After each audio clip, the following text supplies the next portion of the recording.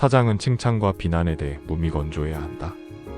칭찬에도 좋은 것과 나쁜 것이 있고 비난에도 좋은 것과 나쁜 것이 있다. 사람은 누구나 칭찬을 받으면 좋아한다.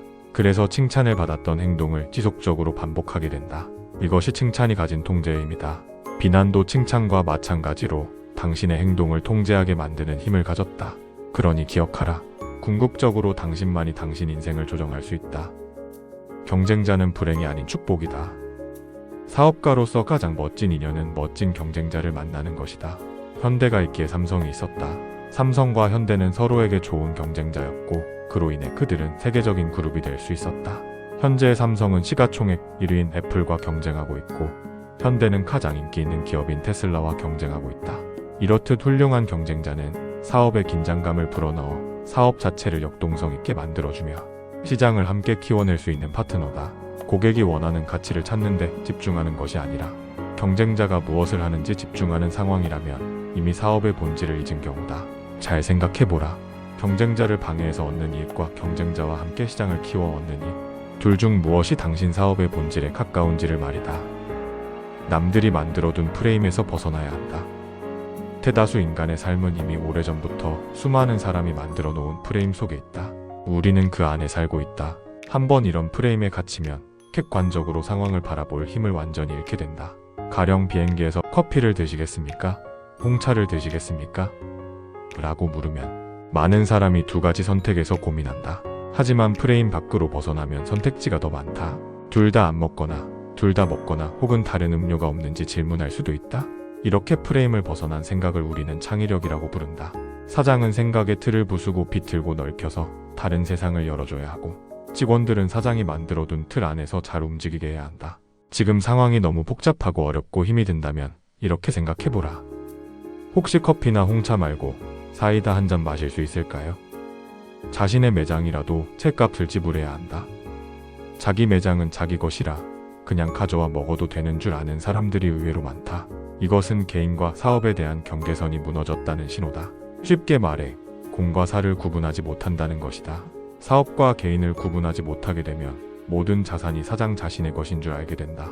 하지만 사업장은 혼자 꾸려가는 것이 아니다. 수많은 인맥이 엮여 운영된다. 사장 스스로가 공과 사를 구분하지 않는데 사업장에 관련된 사람들은 공과 사를 구분할 것이라는 기대감은 접어두는 것이 좋다. 사업장은 개인의 생각이 아닌 철저한 시스템과 원칙에 따라 경영되어야 한다. 행운을 만드는 15가지 생각이 있다. 그중 마지막은 당신의 존재가 이미 행운이라는 것이다. 온 우주의 시공간을 곱하기 한 숫자만큼 기적이다. 그리고 이것은 진짜 사실이다. 생각은 현실이 된다. 끌어당김의 법칙은 당신이 생각하는 것과 같은 주파수를 가진 것들이 당신의 삶으로 끌어당겨져 오는 법칙을 설명한 것이다. 부정적으로 생각하면 부정적인 것들만 끌려오고 긍정적으로 생각하면 긍정적인 것들만 끌려 들어온다. 그리고 이런 비과학적인 결과를 잘 나타내는 것이 플라시보 효과와 노시보 효과이다.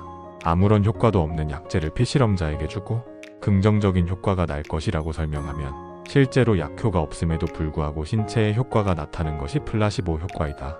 반대로 노시보 효과는 부정적인 효과가 나타나는 것을 말한다. 그러나 매출이 안 나올 때 매출이 나오는 상상을 해도 잘 나오지 않을 것이다. 이미 당신은 매출이 나오지 않는다는 부정적인 생각에 사로잡혀 있기 때문이다. 코끼리를 상상하지 않겠다라고 아무리 되뇌어도 당신의 머릿속은 온통 코끼리로 가득 찰 것이다. 매출은 고객에게서 나온다. 그러니 매출을 생각하지 말고 고객만을 생각해라.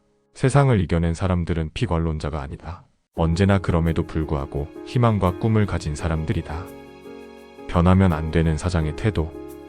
사업에서의 가장 큰 가치는 신뢰이고 이 신뢰를 증명하는 첫 도구가 시간 약속을 지키는 것이다. 사업을 하기 위해선 자본이 필요하다. 초보 사장들은 자본이 많지 않기에 외부에서 자본을 빌려오거나 들여와야 한다. 이때 필요한 것이 바로 신용이다. 틀림없다고 믿어 의심치 않는 것. 이것이 바로 신용이고 신용은 두터운 신뢰에서 형성된다. 그리고 시간 약속을 잘 지킨다는 것은 그만큼 타인의 시간에 대한 소중한 가치를 알고 있다는 것이다. 이렇게 좋은 평판은 기업가의 다른 자산 가치로 이것을 토대로 신용자산을 만들어내는 힘을 가진다. 사장은 사실에서 진실을 볼 줄 알아야 한다. 사장이라는 사람들은 본능적으로 사실에서 진짜 사실을 찾아내야 한다. 모든 기사, 모든 책, 모든 사건에서 그 사실의 이면을 읽을 줄 알아야 하고 빠르게 방향이나 어젠다를 형성해내는 버릇을 가져야 한다. 사람들은 어떤 현상을 두고 그것을 따라하면 그렇게 변할 것이라고 믿는다. 하지만 이는 사실과 다르다. 필라테스 강사들은 몸매가 아름답다. 하지만 대부분 수강생들의 몸매는 그렇지 않다.